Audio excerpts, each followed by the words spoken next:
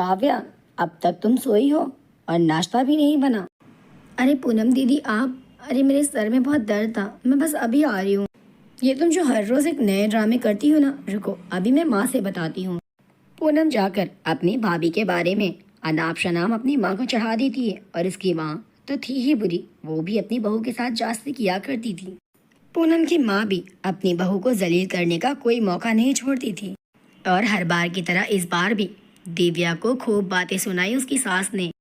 दरअसल दिव्या का पति शहर कमाने के लिए गया हुआ था और दिव्या की ननद पूनम वो भी अपनी माँ की तरह झगड़ालू ही थी और पूनम अपने ससुराल में झगड़ा कर अपने पति को लेकर अपने मायके में ही रहा करती और अपनी दिव्या भाभी पर बोझ बनी, घर का कोई काम भी नहीं किया करती थी। बेचारे दिव्या को कभी उसकी ननद पूनम तो कभी उसकी सास हर कोई बातें सुनाता, लेकिन घर में झगड़े ना हो इस कारण दिव्या ने कभी भी अपने पति से कोई बात नहीं बताई। पूनम का पति वो दिल का बहुत ही अच्छा इंसान था। दिव्या के साथ ऐसी जास्ती होती देख पूनम के पति को दिव्या से हमदर्दी होने लगती है और इसी तरह पूनम का पति दिव्या का मन हल्का करने के लिए उससे दिन में बातें कर लिया करता था।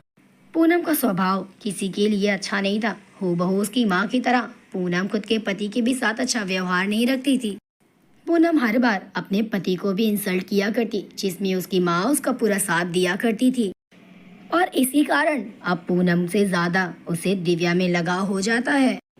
दिन ब दिन अर्जुन व दिव्या की बातचीत बढ़ती ही जाती है। एक बार दिव्या के पति का फोन आता है और पता चलता है कि दिव्या का पति एक्सीडेंट में गुजर गया।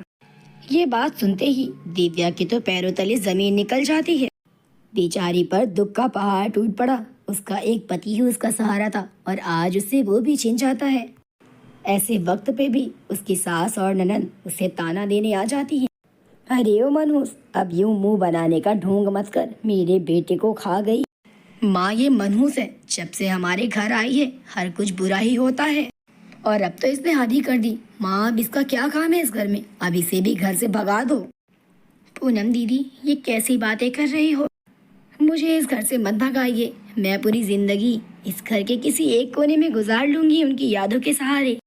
बेचारी दिव्या की हालत पर सास ननद को बिल्कुल भी तरस नहीं आता।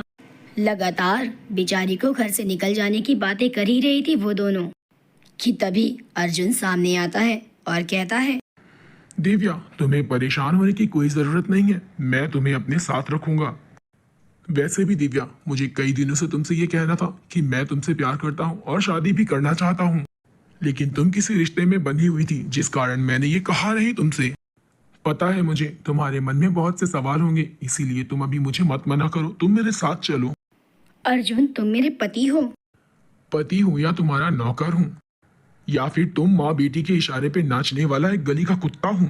देखो मुझे तुम दोनों के मुंह नहीं लगना, मुझे जो करना है सो करना है। दोस्तों इसीलिए कहते हैं बुरे कर्मों का बुरा नतीजा।